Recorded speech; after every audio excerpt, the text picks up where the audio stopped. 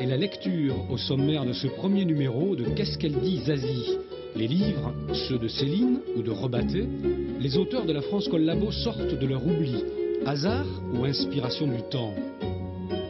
La lecture, celle de François Bon, en visite dans sa propre bibliothèque. Celle de Michel Pollack, dans une librairie parisienne. Les livres, la lecture. Alors, qu'est-ce qu'elle dit, Zazie? Allons, faut pas bouder comme ça. Je vais vous la raconter, mon histoire. Faut vous dire que maman pouvait pas blairer papa. Alors papa s'avait rendu triste. Il s'était mis à picoler. Vous me suivez? Alors elle l'a foutu à la porte. Elle s'est privée de son jus à cause de moi. C'est pas bien ça? C'est pas une bonne mère? Est-ce que vous pouvez être sournois? Je leur ferai manger l'éponge du tableau noir. Je leur enfoncerai des compas dans le derrière. Je leur poterai les fesses.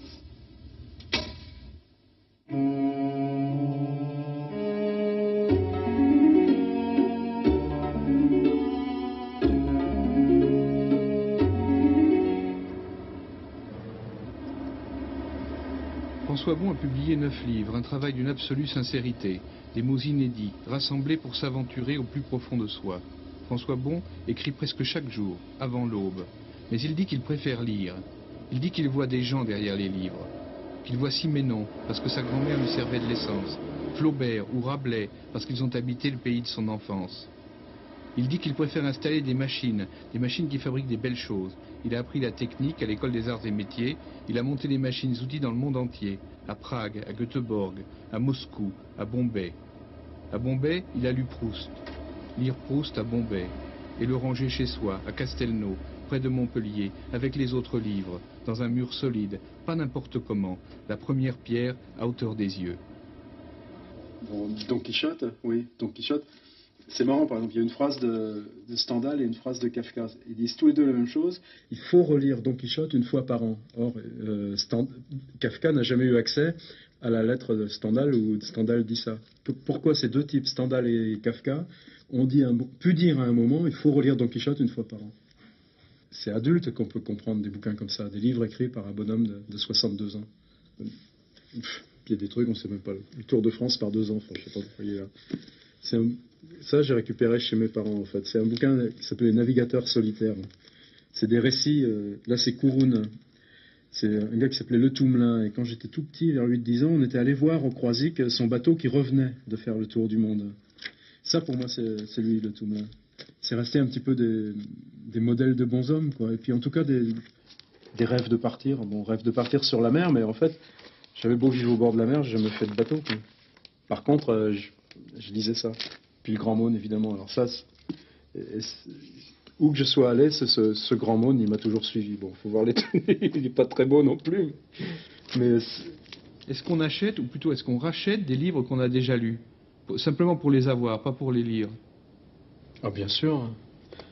Je crois que Baudelaire, par exemple, je dois avoir au moins 5 éditions des Fleurs du Mal. C'est pour à chaque fois essayer de purifier. Il y a aussi Julien Gracq. Voilà un bonhomme qui... Bon, tout ça, c'est Julien Gracq, ses éditions Corti. C'est un des rares, La forme d'une ville. C'est un homme en plus qui maintenant est très vieux, qui vit toujours dans son petit village près d'Angers, au bord de la Loire. Je pense il doit être pratiquement entièrement seul dans sa vieillesse. Quand il est ressorti, quand ses textes sont récemment ressortis en Pléiade, c'était la possibilité tout d'un coup de retrouver tous les textes qui allaient avec, les petits inédits, les commentaires. Donc forcément, on rachète des livres. Le fait d'écrire pose quand même de comprendre celui qui est derrière.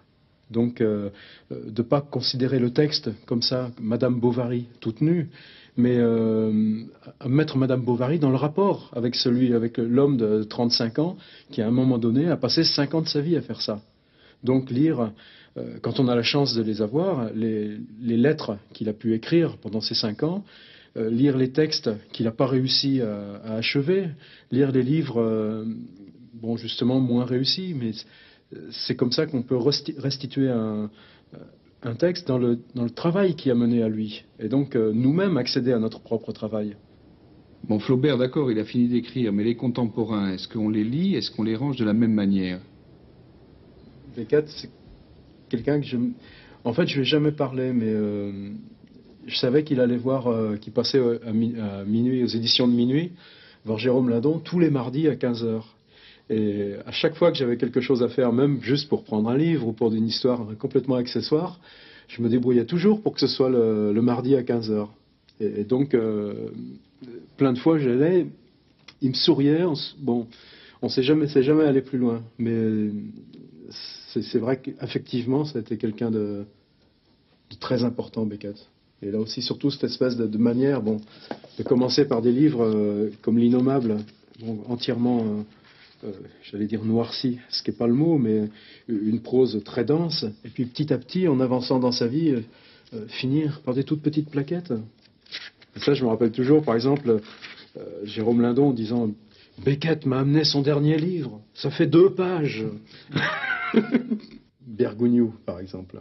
C'est une prose de toute beauté, une prose de grande rigueur, et une espèce d'autobiographie où chaque livre s'attache à un petit moment de sa vie, pratiquement jusqu'à l'âge de 34 ans, mais avec, par exemple, la mort de son grand-père. Et l'orphelin, bon, ça veut tout dire, ça passer là, je crois que c'est le décès de son père, mais une espèce de microscope appliqué sur soi-même, et à chaque fois s'en remettre complètement à l'écriture pour arriver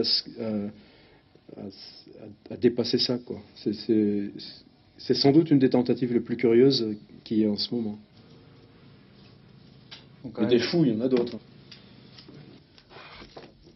Alors, regardez celui-là comme dans l'état dans lequel il est. Le discours aux animaux. Novarina, c'est un gars qui s'en va tous les ans pendant au moins 2 mois en Haute-Savoie, vers Tenon, dans un endroit qui s'appelle le Col du Feu. Et là, il n'y a que des vaches. Donc, et quelquefois, il dit, mais quand tu es là-bas depuis 3 semaines, il n'y a pas de problème, tu n'as plus parlé à personne, tu commences à parler aux animaux. Et voilà un livre de 400 pages qui s'appelle Le discours aux animaux. C'est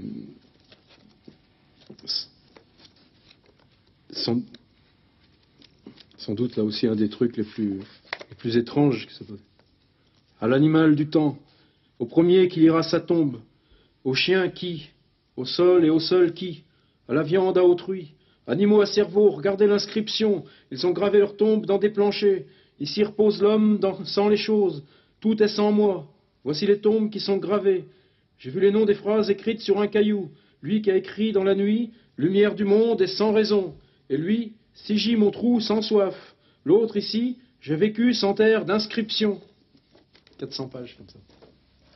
Il peut y avoir comme ça des gars complètement singuliers, alors comme celui-ci, Pierre Michon, qui vivent dans le même genre de solitude, puisque je crois qu'il vit près d'Orléans, et qui nous ramène en français, comme ça, des phrases jamais vues, avec tout un monde de ce, j'allais dire de ce petit peuple, c'est pas ça, mais de la grande aventure de penser, même quand on a une vie très simple. Comment on installe une bibliothèque pour que les livres se fassent pas du tort les uns aux autres? Il m'arrive de voir chez des gens des bibliothèques rangées par ordre alphabétique, et il n'y a rien qui m'insupporte autant. Quelquefois, c'est par affinité.